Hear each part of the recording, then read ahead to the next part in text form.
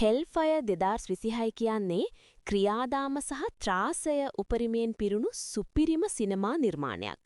Stephen ලෑන්, ඩොල්ෆ් ලැන්ග්‍රන් සහ හාවි කේටල් වගේ හොලිවුඩ්ඩේ දැවන්ත නළුවන්ගේ රංගනයෙන් මේ සිනමාපටේ හැඩවෙනවා. කතාව ගෙතෙන්නේ රොන්ඩෝ කියන හුදකලා පුංචි නගරයක් වටා. මේ නගරය සම්පූර්ණයෙන්ම පාලනය කරන්නේ ජෙරමියා විට්ෆීල්ඩ් කියන අනුකම්පා විරහිත පාතාල නායකයා, එයාගේ පුතා ක්ලයිඩ් සහ ඔවුන්ගේ මැරකල්ලිය විසින්. නගරේ පොලිසියත් ෂෙරිෆ් මේ අයට යටත් වෙලා ලොකු කොකේන් මද්‍රව්‍ය ජාවාරමක් කරගෙන යනවා. මේ නිසා නගරේ සාමාන්‍ය අහිංසක මිනිස්සුන්ට සිද්ධ වෙලා තියෙන්නේ මැරයන්ගේ වහලුන් වගේ බයින් ජීවත් වෙන්න.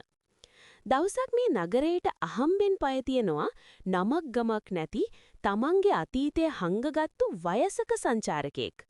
අතේ සතේ නැතිව කෑම වේලක් හොයාගන්න ආපු මේ මිනිස්සයාට ඕවන් සහ ඔහුගේ දියණිය ලීනා උදව් කරනවා. ඕවන් කියන්නේ රෝද පුටුවකට සීමා වුණු අසරණ පියෙක්.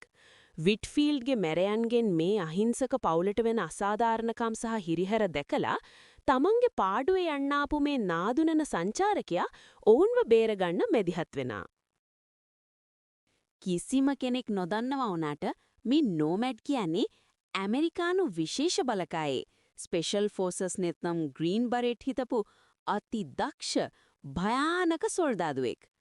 තනි මිනිස්සෙක් මුළු නගරයක්ම බය කරගෙන ඉන්න පාතාල කල්ලියක් එක්ක තනියම හැප්පෙන්නේ කොහොමද? ඔහුට මේ මැරයන්ව විනාශ කරලා මේ නගරීය මිනිසුන්ට නිදහස අරන් දෙන්න පුළුවන් වෙයිද කියන එක තමයි ෆිල්ම් එකෙන් බලාගන්න පුළුවන් වෙන්නේ. මේක හරියට ජොන් වික්, නෝබොඩි, ද ඊක්වලයිසර් වගේ පෙනුමෙන් සාමාන්‍ය වයසක මිනිසෙක් වගේ හිටියත් ඇතුලෙන් ඉන්න සුපිරිම වැඩකාරයෙක් තනියම ලොකු සතුරන් පිරිසක්කට ගේම ඉල්ලන જાතියේ ගැම්මක් තියෙන ෆිල්ම් එකක්.